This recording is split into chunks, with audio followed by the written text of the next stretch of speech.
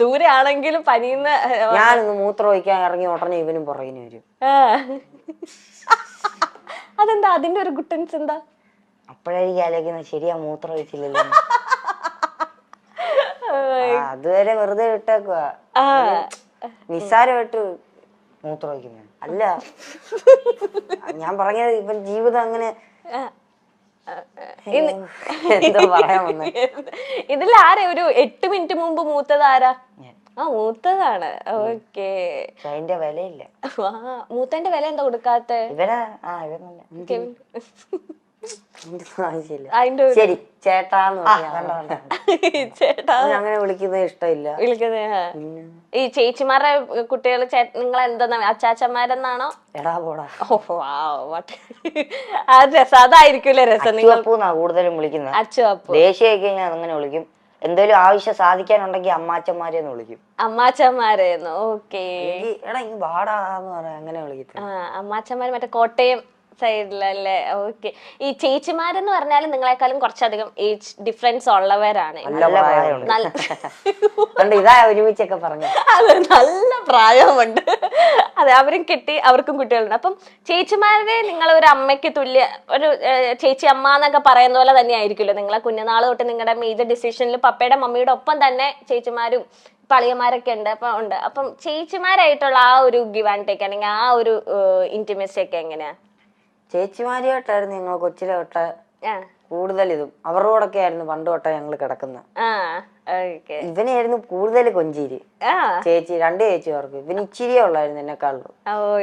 ചെവിയൊക്കെ ഇങ്ങനെ ഒട്ടി. നീ എങ്ങനെ അതെല്ലാം കണ്ട് പറഞ്ഞു ഇവന്റെ ഒരു ക്വാളിറ്റി അല്ല വൃത്തിയിട്ട ക്വാളിറ്റി ഇതാ.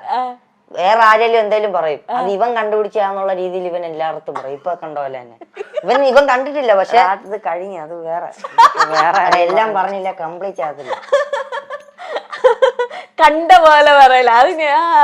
പക്ഷെ അത് കേട്ടിരിക്കാനും പറ്റൂട്ടോ. ഞാനൊക്കെ കേട്ടിരുന്ന കണ്ടില്ലേ?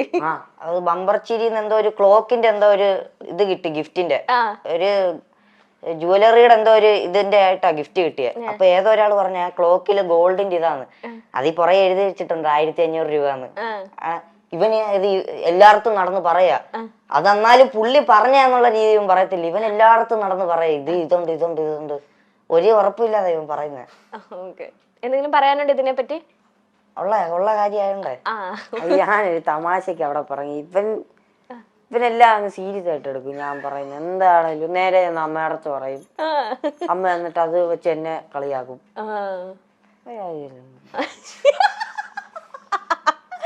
ഓക്കെ. നമ്മൾ പറഞ്ഞു തരുന്നത് ചേച്ചിമാരെ ഏറ്റവും കൂടുതൽ കൊഞ്ചിച്ചോണ്ടിരുന്ന കെവിനെ ആയിരുന്നു. 2 ചേച്ചിമാരും. അതെ. ചേച്ചിമാരുടെ സ്റ്റോറിയില് ഇവനെ പറ്റി പറഞ്ഞിട്ടില്ല. എന്നെ കൊഞ്ചിക്കൊക്കെ ചെയ്യും. ഇവൻ അടുത്ത് ചെല്ലാറില്ല. അങ്ങനല്ല കൊച്ചില് പറയാറുണ്ട് ഓടാ കിട്ടിയതാണ്. ഓടെ കിട്ടിയേ നിങ്ങൾ ഐഡന്റിക്കൽ ട്വിൻസ് അല്ലേ? അയ്യോ അപ്പൊ ഞാനും ഓടാണ്. നമുക്ക് ഇത് കഴിഞ്ഞിട്ടൊക്കെ ചോദിക്കാം നമുക്ക്. ഓക്കെ, കണ്ടിന്യൂ ചെയ്യട്ടെ. കൊച്ചിന് ഫ്ലോ കളയണ്ട. അതായത് ഇപ്പോഴും എന്തേലും വാങ്ങിക്കാനുണ്ടെ തന്നെ ഞങ്ങൾ ചേച്ചിമാരോടായിരിക്കും ചോദിക്കുന്നത് ഏത് വാങ്ങിക്കണം, ഏത് വേണം, ഇതിൽ ഏതാണ് വേണ്ടത്. ഇച്ചിരി കൂടെ അടുപ്പം ചേച്ചിമാരോടാ. ചേച്ചിമാര് ഭയങ്കര നിങ്ങൾക്ക് പറയുന്നതെല്ലാം ഇങ്ങനെ മേടിച്ചു തരുമോ ഇങ്ങനെ ഭയങ്കരമായിട്ട്? കാരണം 2 ചേച്ചിമാർക്ക് കിട്ടിയേക്കുന്ന 2 അനിയന്മാരാണല്ലോ. അപ്പൊ ഒരു ഫസ്റ്റ് ചൈൽഡ് പോലെ ആയിരിക്കുമല്ലോ അവർക്ക്. കല്യാണമൊക്കെ കഴിക്കുന്നതിന് മുന്നേ നിങ്ങളായിരിക്കുമല്ലോ അവരുടെ ഫസ്റ്റ് ചൈൽഡും കാര്യങ്ങളും. അപ്പൊ നിങ്ങൾ എന്ത് ചോദിച്ചാലും ആദ്യം ചേച്ചിമാര് സാധിച്ചു തരുമോ ആഗ്രഹങ്ങളൊക്കെ? കൂട്ടിന് നിൽക്കും ഞങ്ങളുടെ എല്ലാത്തിനും. ഞങ്ങൾ കൂടുതലും ആ സമയത്തൊക്കെ വെളിയിൽ പോണം, കറങ്ങാൻ പോണം എന്നൊക്കെ പറയാം. അപ്പൊ ഞങ്ങളെ കൂട്ടിക്കൊണ്ടവര് പോകും.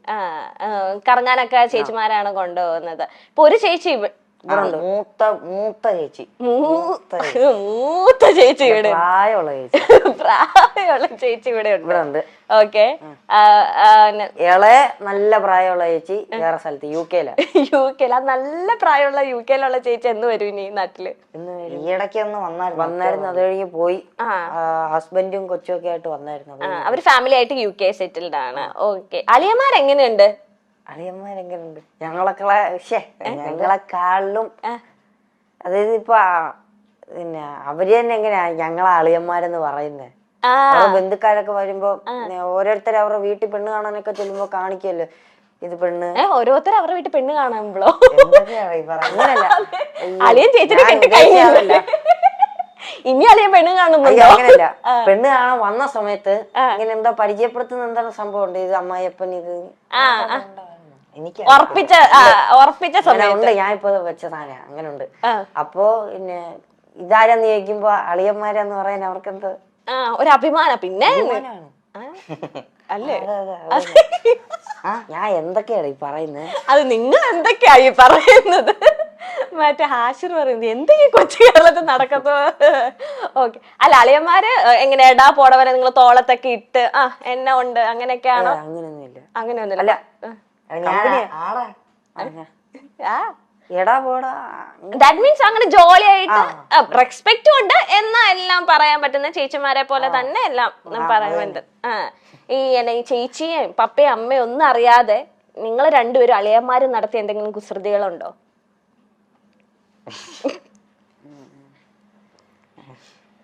ഉണ്ടോ? അങ്ങനെ ചോദിച്ചാ അങ്ങനെ ഇല്ല. അങ്ങനെ കാര്യം ഇത്ര നേരം ഇരുന്നപ്പോ ഓർത്ത് എന്തെങ്കിലും ഞാനും പ്രതീക്ഷിച്ച എന്തെങ്കിലും. നിങ്ങൾ ചേച്ചിമാരെ അങ്ങനെ നിങ്ങൾ അളിയൻ ഗ്യാങ്സ് അങ്ങനെ ഒന്നും ഒപ്പിച്ചിട്ടൊന്നുമില്ല. ഈ സീക്രട്ടുകളൊക്കെ ഈ മനസ്സിൽ ഇരിക്കാത്തത് ആർക്കാ നിങ്ങളെ രണ്ടുപേരുടെ ഇടയില്? വെളിയിൽ പറയുന്നത് ആരാ? അത് ഇവൻ എന്തേലും ഒരു സംഭവം നടന്നു കഴിഞ്ഞ് ഇവന്റെ ഇടയില് എനിക്കറിയത്തില്ല, ഇവൻ എന്തെങ്കിലും സംഭവിച്ചു കഴിഞ്ഞാൽ ആരോടെങ്കിലും പറയണം. അത് അയാൾ കേട്ടില്ലേ പോലും അവന് പറഞ്ഞു തീർക്കണം. ഞാൻ പറയും ഇടയ്ക്ക് ഭിത്തി നോക്കി വല്ലതും പറയാം, ഞാൻ ശ്രദ്ധിക്കത്തില്ല, എന്നാലും അവനത് പറഞ്ഞോണ്ടേ ഇരിക്കണം, ഒരു സമാധാനം കിട്ടുക. ഓക്കെ. അതല്ല, എന്തെങ്കിലും ഇപ്പം എവിൻ പറയാനേടാ ഇത് വീട്ടിൽ പറയല്ലോ നമുക്ക് അങ്ങനെയൊക്കെ പറഞ്ഞിട്ട് ഇങ്ങനെ അമ്മയോടോ പപ്പയോടോ ഒക്കെ പറഞ്ഞിട്ടുണ്ടോ? വീട്ടിൽ പറയാ ഉണ്ടോടാ? ഇല്ല, അങ്ങനില്ല. ഈ പറഞ്ഞ പോലെ തന്നെ എനിക്ക് ഒളിപ്പിക്കാൻ അറിയത്തില്ല രഹസ്യം. അല്ല, രഹസ്യങ്ങൾ അങ്ങനെ ഇല്ല. അതുകൊണ്ടാ ഇപ്പൊ നിങ്ങളിപ്പം പഠിക്കുന്ന ടൈം ആയാലും ഇനിയിപ്പം ഫ്യൂച്ചറിലായാലും ഇപ്പം നിങ്ങൾ ഡിഫറെന്റ് കോഴ്സസ് ആകുമ്പോഴായാലും നിങ്ങൾ ഒന്ന് സെപ്പറേറ്റ് ആവേണ്ട വരും. അല്ലെങ്കിൽ നിങ്ങളുടെ ജോലി ഭാഗമായിട്ട്, അല്ലെങ്കിൽ ചിലവർക്ക് ഇനി നിങ്ങളിൽ ആരെങ്കിലും ഒരാൾ എബ്രോഡ് പോവുക, അല്ലെങ്കിൽ ജോലിയുടെ ഭാഗമായിട്ട് നിങ്ങൾക്കൊന്ന് സ്പ്ലിറ്റ് ആകേണ്ട ചിലപ്പോൾ വരുമായിരിക്കും, വരാതിരിക്കട്ടെ. അങ്ങനെ വന്നിട്ടുണ്ടെങ്കിൽ നിങ്ങൾക്ക് അത് ഭയങ്കര സങ്കടമാവോ? എങ്ങനെ? സങ്കടമൊന്നുമില്ല. സങ്കടമായിട്ടല്ല, ഇപ്പൊ എപ്പോഴും ഞങ്ങള് തമ്മിലാ സംസാരം, വീട്ടിലാരേലും ഇല്ലേ, ആ ഒരു ചെറിയ ഒറ്റപ്പെടലേ ഉള്ളു, അല്ല സങ്കടമായിട്ടില്ല. അല്ല, അവിടെ ചെന്ന് കഴിയുമ്പോ ആരേലും ഒക്കെ കൂട്ടിന് കാണുമല്ലോ സംസാരിക്കും. അതിപ്പോ ഇരുന്ന് പറയാം, എന്നാലും 2 ദിവസം കഴിയുമ്പോ എടാ നീ എവിടെയാ അങ്ങനെ വിളിക്കാറുണ്ട്. അങ്ങനെ വിളിക്കാറില്ല, ഒരു മൂകത കാണും. അങ്ങനെ വിളിക്കേണ്ട ആവശ്യം നിങ്ങൾക്ക് ഇപ്പൊ വന്നിട്ടില്ല. ഇപ്പൊ നിങ്ങള് 24/7 നിങ്ങൾ ഒരുമിച്ചായിരിക്കും. അങ്ങനെ വന്നിട്ടുണ്ടെങ്കിൽ നിങ്ങൾ രാത്രി കിടക്കുന്ന നേരത്തെ എപ്പോഴെങ്കിലും അങ്ങനെയൊക്കെ ചിന്തിച്ചിട്ടുണ്ടോ? ഇനി നമ്മൾ കുറച്ചു നാൾ കഴിയുമ്പോ പഠിത്തത്തിന്റെ ആവശ്യമായിട്ടോ ജോലിയൊക്കെ ആവശ്യമായിട്ടോ? അങ്ങനെ ചിന്തിക്കുമ്പോ എന്തോ ഒരു എക്സൈറ്റ്മെന്റ് കാര്യം, ഇത്ര നാൾ ഒരുമിച്ചല്ലേ, ഇനിയും പോകുമ്പോ എങ്ങനെയായിരിക്കും അറിയാൻ. കളർഫുൾ ആയിരിക്കോ? എക്സൈറ്റ്മെന്റ് ആന്നൊക്കെ പിരിയാനല്ല, എങ്ങനെ ഇരിക്കും? ഇമോഷൻസ് ഒക്കെ ഏറ്റവും കൂടുതൽ ആർക്കാ? കരയുന്ന മാത്രല്ല, കരയുന്നല്ല ഉദ്ദേശിക്കുന്നത്. എല്ലാ കൂടുതല് ദേഷ്യമാണെങ്കിൽ ദേഷ്യം കൂടുതൽ ഇവന്, വിഷമാണ് വിഷമം കൂടുതൽ ഇവന്, വാശിയോ? എല്ലാ ഇമോഷൻസും നിങ്ങൾ എവിനാണ് ഏറ്റവും കൂടുതൽ അല്ലേ?